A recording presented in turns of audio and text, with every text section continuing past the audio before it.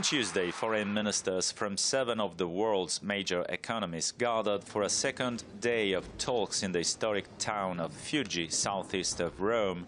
During the two-day summit, the ministers of Italy, US, Canada, UK, France, Germany and Japan discussed the situation in West Asia, Ukraine and in the Indo-Pacific as pressure to advance diplomatic efforts to resolve crisis in these regions is mounting. A group of pro-Palestine protesters staged a static demonstration in solidarity with the besieged Palestinians in the vicinity of the venue of the summit meeting. The G7 countries have provided political support for the Israeli regime and have significantly contributed to increasing insecurity and instability in West Asia, particularly through the US military and financial support for Tel Aviv. This is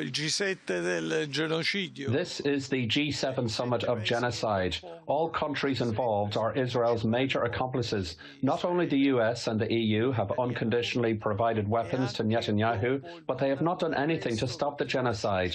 They have never condemned Israel for its atrocities. Furthermore, they are trying to delegitimize the International Criminal Court after arrest warrants against Netanyahu and Gallant were issued.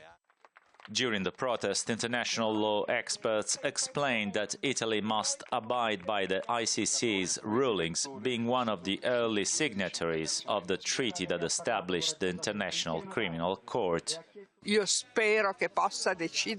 hope the ICC will issue arrest warrants also for all individuals from the US and the EU administrations and for whoever has violated international norms. Enough with this unbearable double standard. Enough with Israel's impunity. The G7 summit saw the European Union's outgoing foreign policy chief Josep Borrell say there are no excuses for Israel to refuse to accept a ceasefire with the Lebanese resistance movement, Hezbollah.